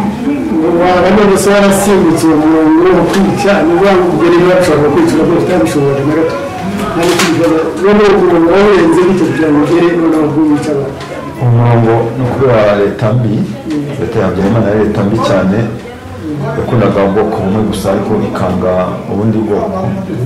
C'était le cas parce que c'était à cause du gouvernement de Habyarimana, de l'État qui était là, parce que c'était un mauvais gouvernement qui haïssait une ethnie du pays. ubundi mu Rwanda buriya turi no mu mashuri matoya batozaga ubwoko bw'umuhutu, bw'umututsi, bw'umutwa. Déjà, avant, quand nous étions à l'école primaire, on nous demandait de dire quelle était notre ethnie, si on était Hutu ou Tutsi. byagezeho batubwira ko umututsi ari umwanzi, ari umuntu w'umugome. Et finalement, on nous a dit que le Tutsi c'était quelqu'un de très mauvais, que c'était un ennemi, que c'était un criminel. ubwo bigeraho n'ubwo nyine batangiye kujya babahezwa muri bimwe na bimwe byo mu Rwanda mu mashuri. Il est arrivé un moment où on a commencé à les écarter de certaines institutions telles que les écoles. kugira ngo nyine habe jenoside no kugira ngo abo bantu baveho nyine. Et finalement, pour terminer, il y a eu un génocide qui était destiné à les exterminer totalement. ubwo leta yagiye banatubwira ko abantu duturanye b'abatutsi ari abanzi, yuko nibamara kuzava muri icyo gihugu ibintu batunze byose bizaba ibyacu. L'État de Habyarimana, à l'époque, nous apprenait que ces gens-là, c'était des gens très méchants, que c'était des ennemis, et que le jour où ils ne seraient plus dans le pays, nous on occuperait leur propriété, on s'approprierait tout ce qui se possédait. byagezeho umuntu w'umuto akumva ko wa mugani ko na gahunda y'iyo leta mbi ko ugomba gutema mugenzi wawe kugira ngo ubone n'ibyo ngibyo. Et alors, finalement, les Hutus ont pensé, on s'est dit que c'était finalement ce qu'il fallait faire, qu'il fallait les couper, les éliminer, comme ça on s'approprierait leur nom. kandi ko leta ibishyigikiye nta muntu ugomba kwihanirwa ko akoze icyo cyaha icyo gihe ku ngoma ya Habyarimana. Et comme l'État soutenait ça, justement, on nous disait que personne ne nous punirait, parce que c'était le programme du gouvernement. cyagiye bigeraho aho abaperefe barica. Donc les préfets se sont mis à tuer, les ministres même, babikwirakwiza mu baturage. et puis ils ont répandu ce genre de mœurs dans la population. batanga intwaro. Ils ont distribué des armes. ku buryo ndetse byagezeho nyine n'abafaransa tuvuga baje baratoza ku mugaragaro. De telle sorte que même finalement les Français dont on parlait sont venus et ils ont commencé à entraîner les gens de manière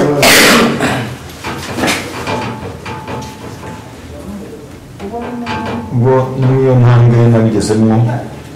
c'est dans ce cadre que je suis passé à l'acte. kugeza aho ubu ngubu ntabwo iyo ntambwe nkirimo.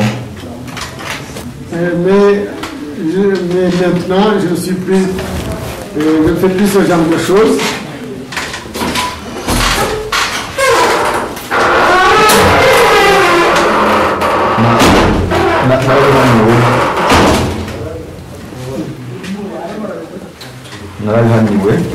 J'ai été puni pour ça, pour ce que j'ai fait. Mais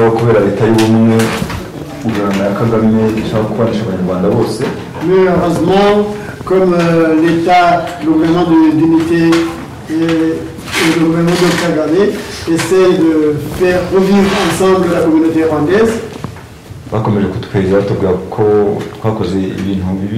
les autorités nous ont approchés tout le temps et ont continué à nous faire comprendre que ce que nous avons commis, c'était de mauvais actes. Nous avons donné nos témoignages. Et nous avons dit comment ça avait commencé, quel était l'origine de ces choses. Et nous avons repris une certaine cohabitation amiable avec les gens dont nous avons tué les familles. Fidèle, on te disait avant que les Tutsis étaient mauvais. Est-ce que tu le croyais? ngo bakubwiraga mbere nyine yuko abatutsi ari abantu babi ari abagome kuko batubwiye ese warabyemeraga koko wowe ntabyemera nagezeho ndabyemera kuko nabonaga ayo gahunda leta yashakaga kandi nta kuntu ari kubyanga. À force de me le répéter, j'ai fini par en être convaincu, je crois. Et puis, comme c'était le programme du gouvernement, je ne pouvais pas refuser ça. Est-ce que tu connaissais déjà, est-ce que tu avais à cette époque-là, avant le génocide, des amis Tutsi? Et c'est moi qui ai dit, mais le génocide. C'était dans la Tutsi, c'était quand même l'année où il y a une famille absolument Tutsi. J'en avais, et puis d'ailleurs, dans ma famille d'origine, sont des Tutsis. Est-ce qu'avant le génocide, vous étiez amis? Est-ce que tu t'entendais bien avec eux? Avec qui? Avec les Tutsis. C'est rwose bari inshuti zanjye rwose cyane nta mututsi nigeze ajya namemukira kandi kugeza n'uyu munsi. Vraiment, c'était des amis à moi, j'avais des amis Tutsis et aucun d'eux ne m'avait fait aucun tort.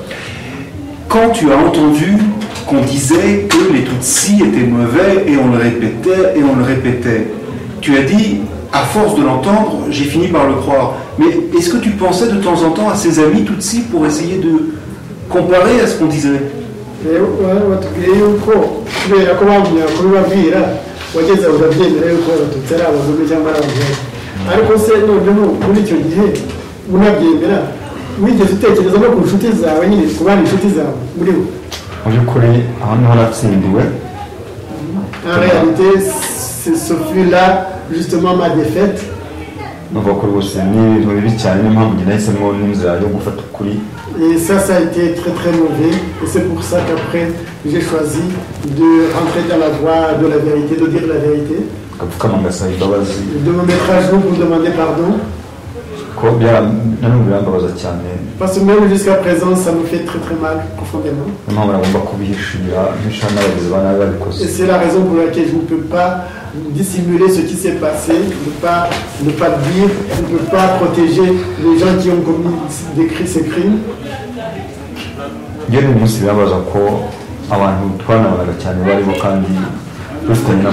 Même aujourd'hui, ça me fait très très mal parce que les gens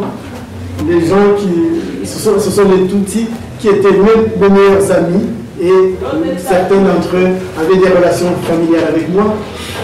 Tu as dit tout à l'heure qu'il y avait un intérêt matériel à tuer les Tutsis puisque vous pouviez récupérer leurs biens. Est-ce que ça a joué quand même dans ton implication dans les meurtres? abantu babikurikiza kuvuga yuko muzabona n'inyungu yo gutwara imitungo yabo kubasimbura mwese icyo nacyo cyaba nawe cyarakugizeho cyaragushyizemo imbaraga cyangwa umutima wo kuvuga noneho ngo ubikore cyashyizemo imbaraga icyo kintu ko urabona ko ntacyo byanamariye icyo nakoze. Oui, ça aussi, ça m'a poussé, ça a renforcé ma décision de le faire, mais ça ne m'a même servi à rien. Et malgré tout ce que j'ai fait, ça ne m'a pas servi. Aujourd'hui, si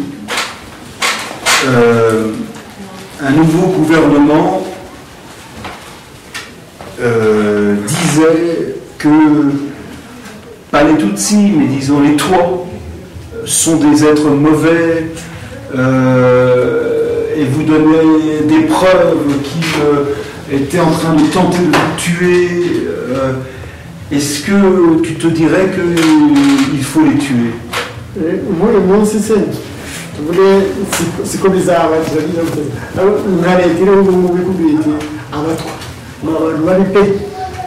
bakakwereka n'ingero nyinshi zikumvisha yuko ari abantu babi bakakumvisha rero ko tugomba kubica ese wabikora cyangwa wabikora?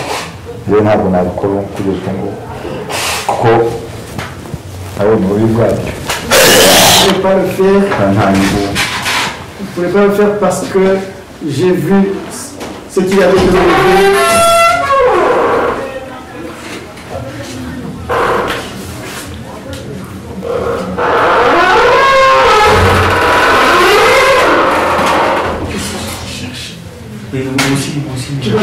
Non, je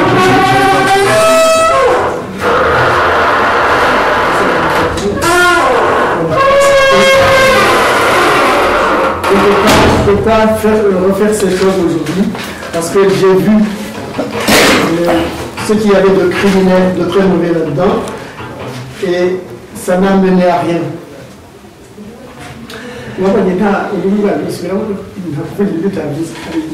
Ukavuze ngo ntabwo ugena ko ni bibi nta n'icyo byanamariye kandi nta n'icyo byamariye n'abantu babitwigishaga.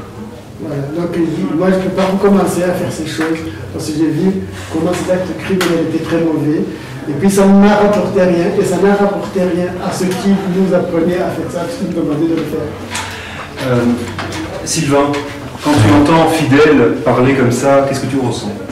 C'est fidèle à nyine ngo mbifata ko ariko byabaye mbifata ko ariko byabaye nta kintu nahindura. Moi, je pense ces choses comme ça s'est passé, je ne peux pas là-dessus. François, tu as tué pendant le génocide? François, oui, à la bouche, oui, génocide.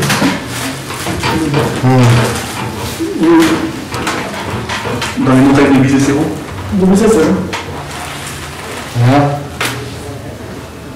Vraiment, c'est non, pas Bisséro. Où ça? Non. Mu giturage hari mu giturage kibaye. Oui, c'est sur les collines de chez moi. Où ça?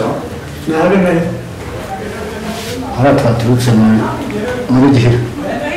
C'est à Gihira, dans ce lieu où vous m'avez pris. C'est la région de Bisséro ou pas? Non, c'est tout. D'accord. Pardon. Pourquoi as-tu tué? Non, mais c'est petit Michel. Kubica byatewe na leta mbi yabitwashyaga.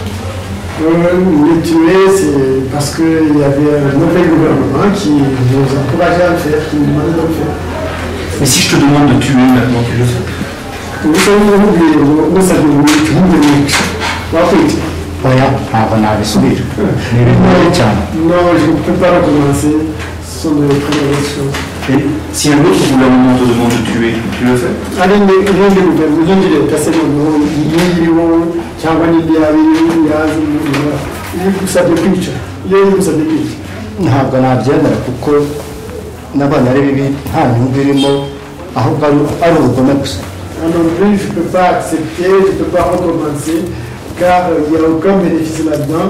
Moi, ce que j'ai remarqué, c'est que ce n'était que de la méchanceté pure. Mais tu parles de bénéfice. C'est quoi pour toi le bénéfice de tuer? Il y en a un mouvement.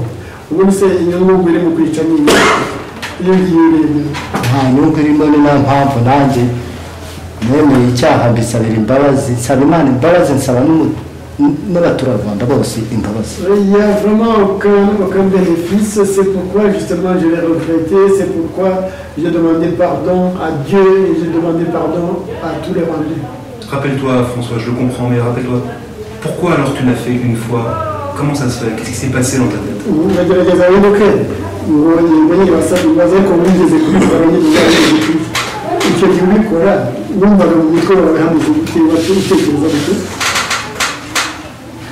ntabwo natekerezaga byari nk'ibintu by'ibisazi mu mutwe byari nk'ibintu by'ibisazi. Je ne réfléchissais pas, dans ma tête c'était comme une folie. Est-ce que tu as cru à cette époque-là ce qu'on te disait que les Tutsis étaient mauvais? kubera ko umututsi abatutsi ari abantu babi warabyemeraga wumvaga ubyemeye? kubera ubuyobozi bubi bwabiduhase narabyemeye. Bon, j'y ai cru à cause de la mauvaise gouvernance, de mauvais gouvernance qui était là et qui nous martelait ça tout le temps. Tu veux dire que quand on te martelait ça, à la fin, tu as fini par y croire? urashaka kuvuga se yuko kubera ko babwiraga kenshi ariko byatumye ubyemera wageze ukabyemera? nageze aho ndabyemera kubera ko umuntu wese wabonaga mbega mu mutwe yabo yari baracangamukiwe ukabona nta muntu usa naho asigaranye ubwenge kubera ibyo byakorwa. Je finis par y croire parce que il est arrivé un moment où tout le monde semblait totalement fou, donc on devait accepter, et moi je l'ai fait. Mais si aujourd'hui on dit des toits que ce sont des êtres mauvais et dangereux, et que je te le dis tous les jours, et que tous les jours à la radio tu l'entends, et que tous les jours pendant 2 mois, 3 mois, 4 mois, 1 an, tu l'entends, tu penses que tu vas finir par y croire? C'est bakubwira abatwara abantu babizi tukabikubwira radiyo zikabivuga ukabyumva buri munsi ukwezi kumwe 2 3 umwaka umwe uratekereza ko kandi bari mwari y'icyo gihe kinini waba nabyo bamaze kugendera ko bari bari oya sinabisubira ibyo bintu ni bibi cyane ntabwo nazabisubira rwose aho kugira ngo mbisubire n'ijya wapfa mbere non je ne pourrais pas recommencer ces choses-là, je ne recommencerai jamais. Au lieu de recommencer, je préférerais mourir moi-même que de faire ça. Cette fois-ci, je pose une question à tous les 3. Tous les 3, vous avez été confrontés aux soldats français, fidèles en les accompagnant pour tuer les Tutsis de Bicécéro. Sylvain, en les voyant tirer sur lui et sur ses proches. François, en participant avec eux à la reconnaissance de la veille de la grande attaque. arashaka kubabaza ikibazo kibareba mwese ko muri batatu ni ikibazo mwese ko muri batatu mufite uko aho mwahuriye n'abafaransa. Fidèle bahuye barimo bategura igitero cyo kugera mu Bisesero. Wowe Sylvain nawe uhuye nabo babarasa bakurasa hamwe n'abandi mwuko mwahuye. François nawe bahuye hano bategura nabo bajya kureba mu Bisesero aho bazatera. Qu'est-ce que vous pensez tous les 3 de leur présence ici au Rwanda? Qu'est-ce que vous avez à dire sur cela?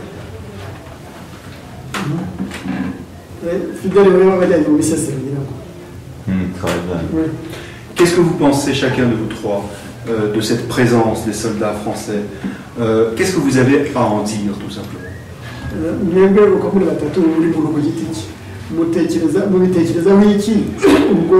Kuba abafaransa bari hano bakajya mu Bisesero bagakora ibyo byose wewe barabajyanye wewe wagiye kubarebera naho bazatera nawe baraguteye buri wese mu batekerezaho iki noneho nyuma y'ibyo bikorwa muri kiriya gihe cyo kuri kiriya gihe cyabo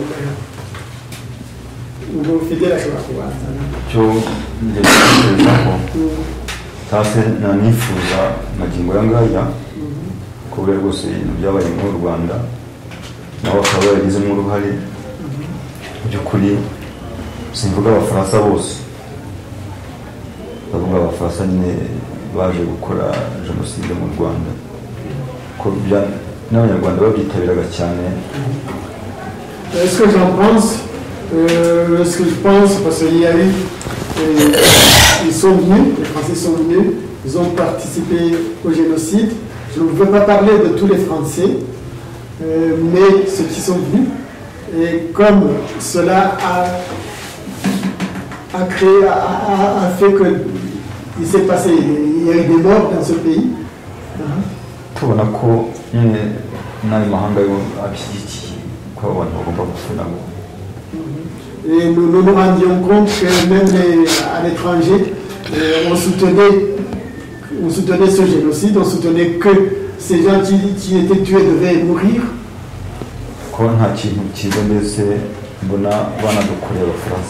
Et étant donné que, d'après moi, les Français n'ont rien fait de bon pour nous,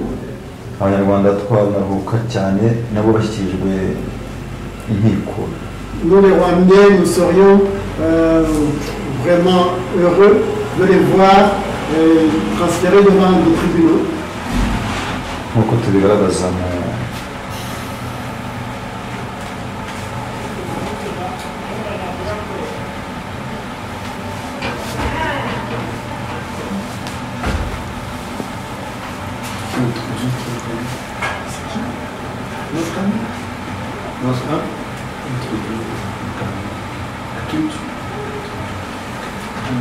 Donc là on fait une petite pause simplement parce qu'il y a un camion qui passe là et que ça pollue un peu le son. Donc il y a eu beaucoup de son, je ne sais pas combien de temps il va rester. J'essaie d'aller voir.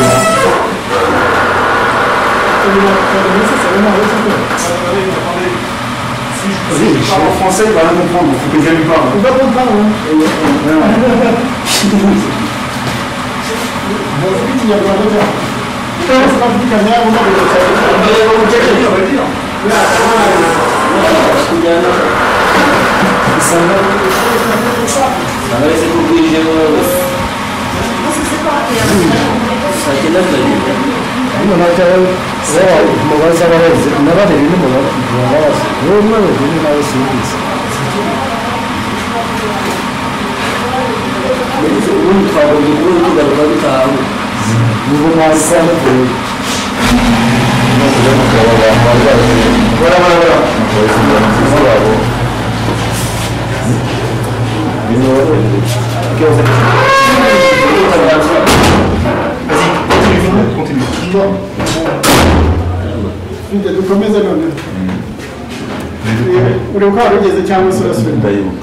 by'ukuri numva ko bayafasha nta cyiza bakoze numva ko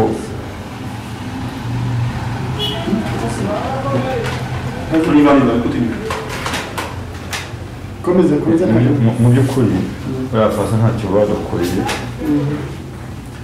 numva ko nabo ces Français-là, ils n'ont rien fait de bon pour nous. bari bakwiye gushyikirizwa ubucamanza. Je pense qu'eux aussi devraient comparaître devant la justice bagasaba imbabazi abanyarwanda et demander pardon aux Rwandais dont ils ont fait du mal. ibimenyetso birahari.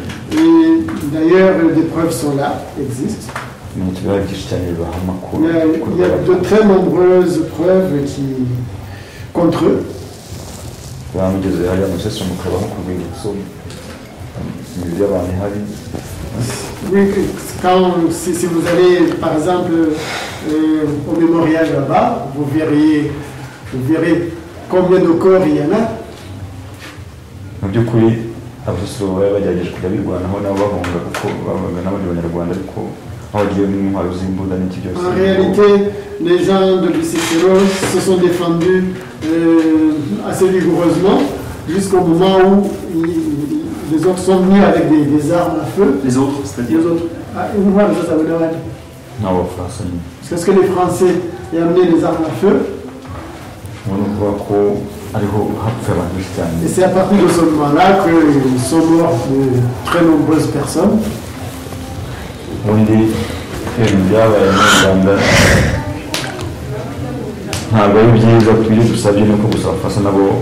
Ce qui s'est passé au Rwanda, c'était pas bien. C'est pour ça que nous demandons que les Français, eux aussi, soient remis au tribunal pour qu'ils répondent de ces enfants. Pour la cause évidente. Sylvain, si vous aviez à dire là quelque chose maintenant devant la caméra aux citoyens français, vous êtes libre de dire ce que vous avez envie de dire, ils vous écouteront. Non, Sylvain, non, imbere y'abafaransa imbere ya kamera urashaka kubabwira ibyo ushaka urimo wabwira ikibazo mubaza uzi kubivuga bakakumva mukandi urabwira ko baragutega amatwi maze kumva. Nasaba nko mu ijwi ryanjye ko basaba imbabazi babikuye ku mutima ndetse bakanasaba leta y'ubumwe imbabazi. Par ma propre voix, je leur demanderai de demander pardon à ceux à qui ils ont fait du tort, de demander pardon au gouvernement de l'Union nationale. by'umwihariko yuko baje gutabara ahubwo bakaza nabo bazanywe n'urwabo ruhare rwo kwica. Car ils sont venus prétendument pour sauver des gens et pourtant ils sont venus plutôt pour tuer. ubundi bakagerageza kubana n'ababaye mukiye bakasaba n'Imana imbabazi. Et puis ils devraient également demander pardon à tous ceux qui ont subi les dommages de leurs actes et leur demander pardon. Comme vous avez l'imam. Et puis qui demande aussi pardon à Dieu. Ni ibyo ngibyo mbona kuko ibyabaye mu Rwanda byo nagahomamano. C'est ça que je peux dire, sinon ce qui s'est passé au Rwanda, ce sont des horreurs. Ici. Nous la causer Sylvain. Merci Sylvain. François,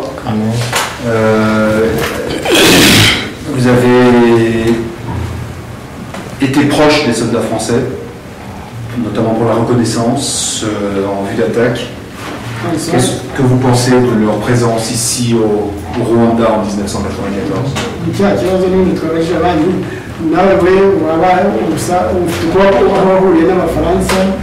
hanyuma cyane cyane nyine kubajyana kuburira mu bisesero kujya gushakisha kureba nyine uko hifashe kugira ngo azaterwe. Noneho wowe utekereza iki kuri abo bafaransa nyine bari hano muri gihugu?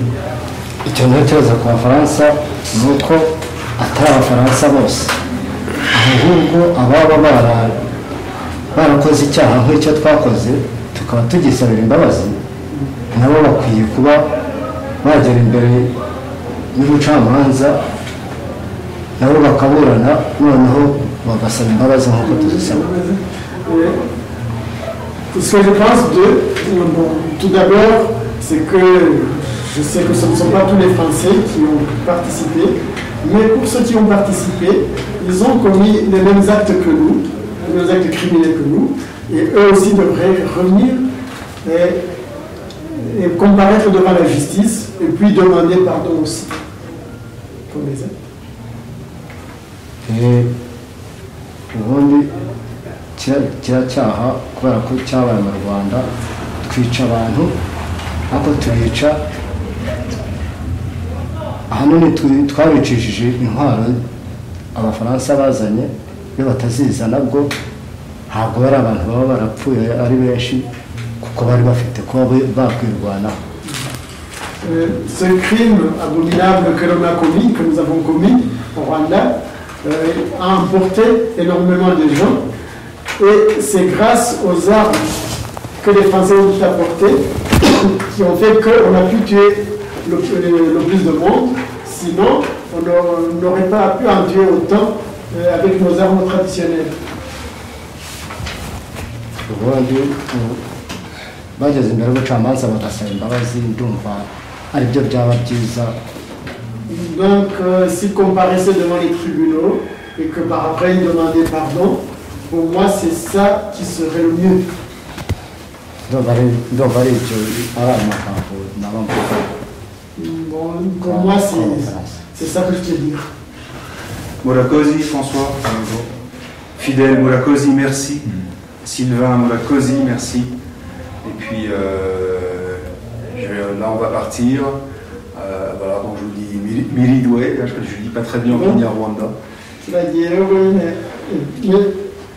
Et je ferai. Tu dis je dis tu vas dire au revoir? Ben oui, parce qu'on va partir là, maintenant. Sans eux François il vient avec nous ou pas? Oui, où est-ce qu'on va? On va à Bicécéro? Oui. Mais François il vient avec nous? Je ne sais pas, c'est toi qui ah bah oui, je suis bête, oh là là. Heureusement que Vénus est là. Non, je sais pas, François, est-ce qu'il vient avec nous Boniface. François il vient avec nous ou pas? Il vient avec nous, François? Il y en a plein qui arrivent. Non, il n'y a pas besoin. Ok. Non, c'est bon. Donc, voilà, donc je dis François et Fidèle continuent avec nous. François Miridwe. Et merci beaucoup pour votre accueil. Et vous aussi, merci beaucoup pour votre accueil. Molakosi. Voilà. Et vous me reverrez un jour ici, c'est sûr.